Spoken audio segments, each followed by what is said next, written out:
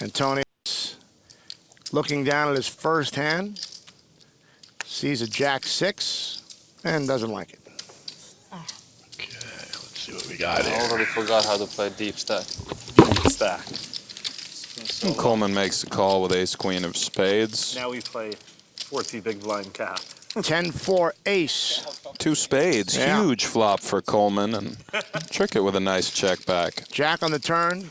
Oh yeah, I'm definitely going to go home and rewatch that hand between you guys. maybe that piece is gonna stick it to Actually, you guys. given that hand, we should probably switch to PLO, actually. I forgot that Andrew can play hands like that. Half and half doesn't hurt. It doesn't hurt. Coleman bets 20 grand. Except when it does. Trick it will fold here, Yeah, I saw it. Oh my god. although he could have So something good. else in mind. Nice. He certainly could still be good, but Sure. it's hard to play this hand comfortably. If you call here, do you simply pay off brick rivers? And Definitely. if Coleman has something like he had, trick it was an Big deal awful was shape. that I would never say anything Yep. like that normally, fold. and somehow I said, and Yeah, I just Patrick would never say a word during a hand the ever. karma just took me. It's the Super High Roller Cash Game presented by DraftKings. Patrick Antonius is a familiar face to many poker fans, including JRB, who sounds off about the handsome Finn in this edition of the Jean Robert Report. Patrick Antonius is one of the guys that when I first started playing poker, I really looked up to. I mean, even though he was a young kid, he was just crushing it. And, you know, you got this really good-looking guy.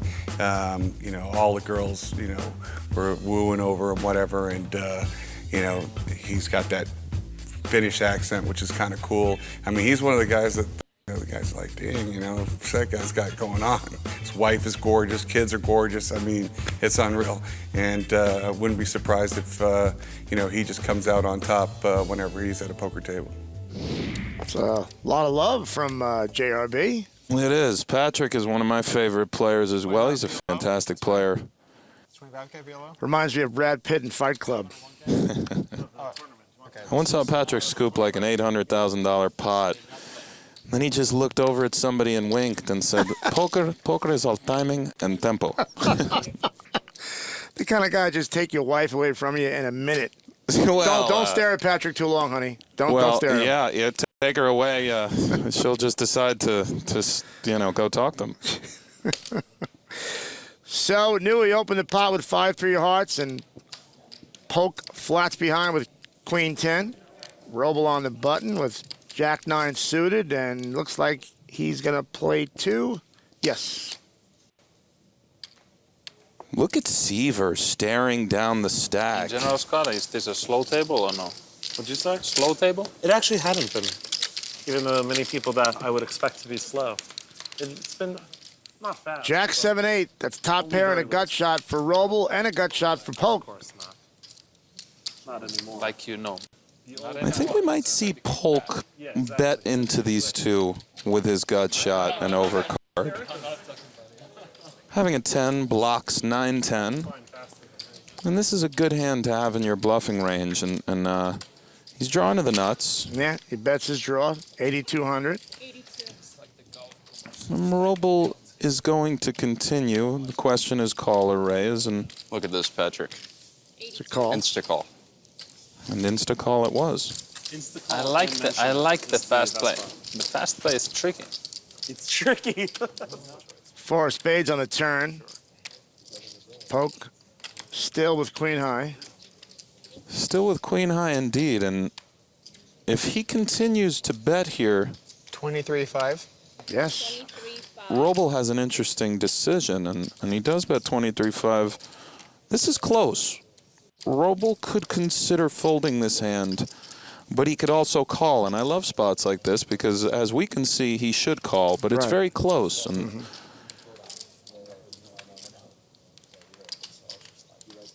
and the reason he could fold is because Doug could have him beat, could have him in very bad shape, in fact, Nice. the way the hand played. And he does get Roble off it. Great Nice- play, nice Doug bluff, Polk. Yeah.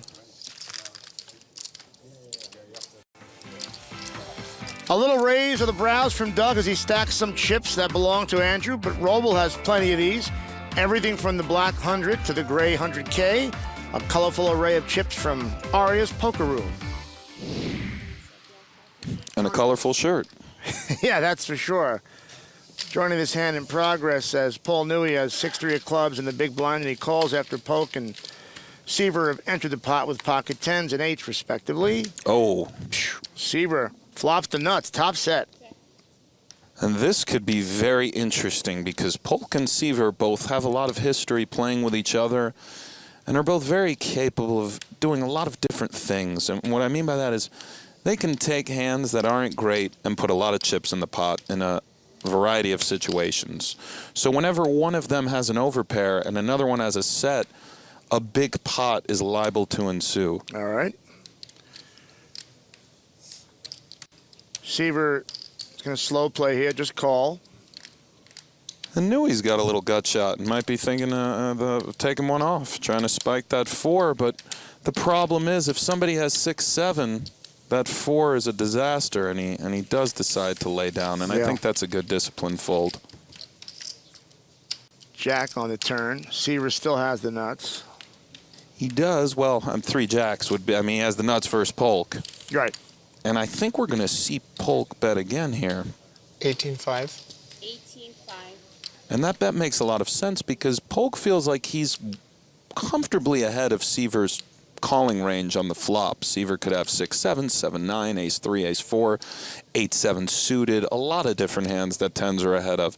And Polk is capable of bluffing this turn, of course, so his bet makes sense. Seaver pounces, raising to 54,000. And when Polk sees this, now he has a very interesting decision. And I don't think Polk can just simply fold this turn. I think we're going to see him call here. It's not that he's in love with the situation, but from a mathematical standpoint, he still is ahead of all of those hands that I had begun to name. And Seaver's capable of raising those hands, specifically if he had some diamonds along with those 6-7s, 7-9s, ace-3s. Those are the hands that Doug is hoping Seaver has. River pairs the jack, giving Scott a full house. Not that he needed it. And now that the jack pairs the river, notice that Doug would now be ahead of 8-5, 5-deuce, and 8-deuce. I'm all in. He puts Polk all in. Yes, he does. Now Doug has some calculations to make because as I was expounding upon before, Doug wants Seaver to have a wide variety of draws. Those draws are 6-7, 6-9, 7-9, 3-4, ace-3, ace-4, and with Seaver raising the turn, maybe you can take all those hands I named and add some diamonds along with it. But the point is we don't know exactly what Seaver would raise the turn with, nor do we know if he would follow up and bluff all in on the river, or would he simply check, and what percentage of the time. So it's impossible to play perfectly here. You have to take all your knowledge, make your deductions, Yeah, I don't have to call this. All right. Nice and one. make a decision, and that's a great fold. Good fold, yeah. Oh, you are officially the boss of the table, Scott. You're the table boss today. If you show a bluff, you're like a super boss. Show us. Damn. But the one that if you picked up, it's go. It's okay, Scott. I know what you had. Roble may know, but Seaver isn't saying a thing, and that leaves Doug Polk wondering. Don't worry, Doug. Nice laydown, brother.